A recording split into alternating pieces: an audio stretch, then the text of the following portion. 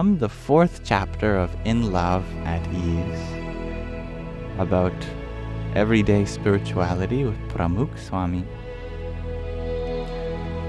This chapter is called Embracing All, and Swamishri has done a really good job in his life doing exactly that. So I'm hoping we all can learn from his experience so we can learn to embrace all too.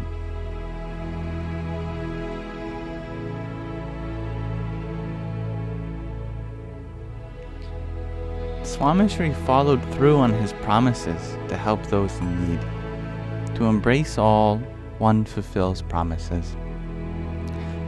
Swamishri was traveling in Silvassa in western India, a small city whose name bears remnants of its Portuguese colonial past. Ismail Muhammad Khalifa, a barber from a small village near the town of Dharampur, wrote Swamishri a postcard with a dilemma. Swamishri, I am a skilled barber. I just do not have enough money to purchase a comb, razor, and shears to start my own hair-cutting business. I have been renting this equipment and it reduces my profits and savings. Many have told me that you have an enormous heart. I hope that you find space in it to help me and my family. Swamishri had never met this man, nor would he, but he realized what a difference this would make to the Muslim barber and his dependents. Swamishri asked Chinmay Das Swami, the lead sadhu in the region, to make the necessary arrangements for the barber. Chinmay Das Swami made a mental note of the task, but forgot while planning for Swamishri's departure to Mumbai later that evening. 5 days after Swamishri left, Chinmay Das Swami received a postcard from the barber following up on his request for assistance from Swamishri.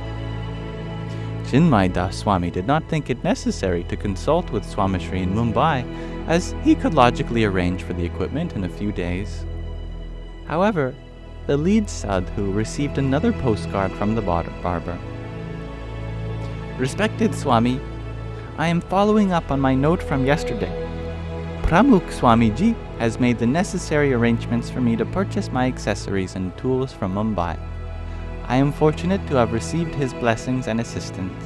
There is nothing left for you to do now. The sadhu was in shock. He had forgotten the barber, but Swamishri responded to his call for help from Mumbai.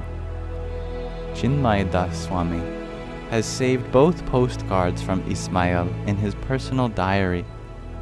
It is a constant reminder to him of who Swamishri was, an all-embracing guru who shouldered the responsibilities of strangers and their families, irrespective of their background. To embrace all is to think of each and every single person within a crowd, not just those with whom one can relate. Swamishri thought of the individual among the masses. He saw people and not masses.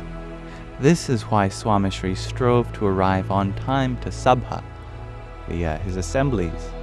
He did not like making people wait for him, nor could he tolerate it when they had to wait in inclement weather or circumstances to welcome or felicitate them.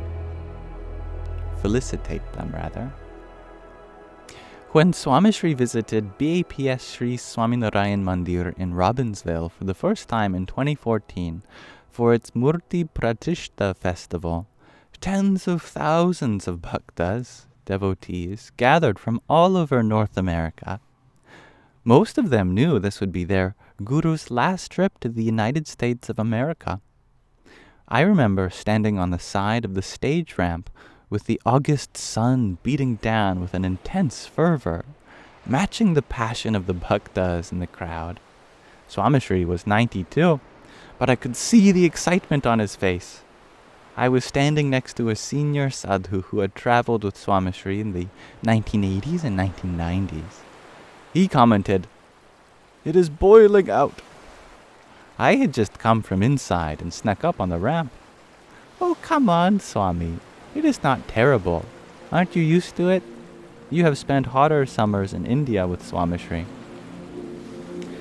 The senior sadhu was annoyed at my disregard for the bhaktas in the audience. Do you know how long those bhaktas have been sitting out there under the afternoon sun, waiting for a glimpse of Swamishri? I did not. I had just come from Swamishri's kitchen after making food for Hare Krishna Maharaj's stall. I smelled of spices and ghee, and had not been sitting in the sun for a good part of the day. The sadhu continued, if Swamishri knew that these bhaktas had been patiently waiting for 3 to 4 hours, he would have had the lead sadhu's constructed tent to provide shade for them, or he would have instructed his personal attendants to arrange darshan timings for earlier in the morning or later in the evening after sunset. The senior sadhu narrated an incident he had heard from Swayam Prakash Das Swami, also known as the Dr. Swami. Swamishri was traveling in the Sabarkantha district of northern Gujarat in 1977. The daily schedule was taxing. He would visit half a dozen to a dozen villages and up to 120 homes in one day. Each village would organize a makeshift procession.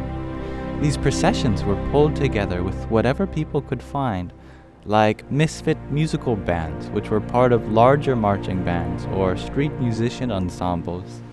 There would be a horse or an elephant. The route of the procession would change at a moment's notice as several hundred people gathered to appreciate the spectacle. There were only 2 constants. One, Swamishri's excitement to engage with each individual with a smile, a hand gesture, or a calling of their name. And 2, the excitement of the villagers and bhaktas to gaze at their guru. At one such procession, which was also the 3rd procession of the day, Swamishri arrived in the village just a few minutes before lunchtime. Dr. Swami felt the heat to be unbearable and realized it was only going to get worse as noon approached.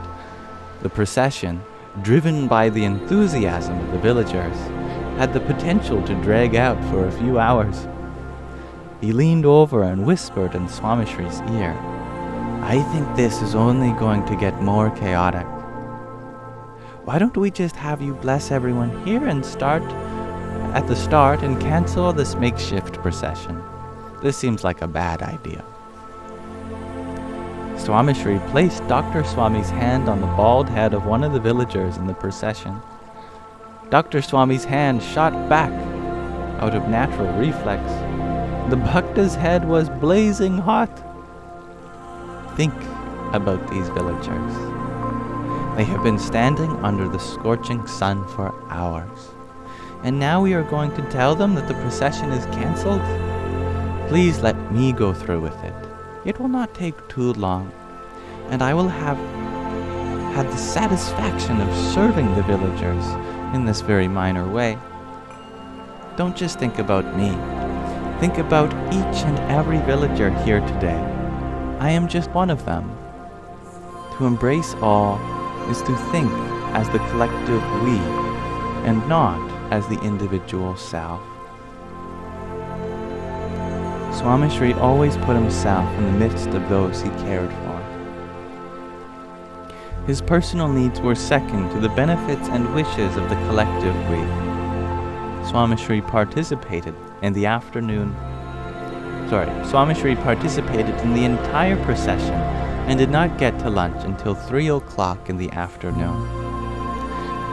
I was lost in a reverie thinking about Dr. Swami's interaction with Swamishri when the senior sadhu grabbed my hand and put it on a young volunteer's head. I let out a shriek of discomfort. The senior sadhu had made his point. You see why Swamishri would have asked for a covered tent for these devotees. As Swamishri's wheelchair rolled past me, I kept looking at his shiny, almost bald head. How many times must he have let his head burn to embrace the love and affection of others? And let's pause our reading of In Love at Ease there for now. So, thank you for listening.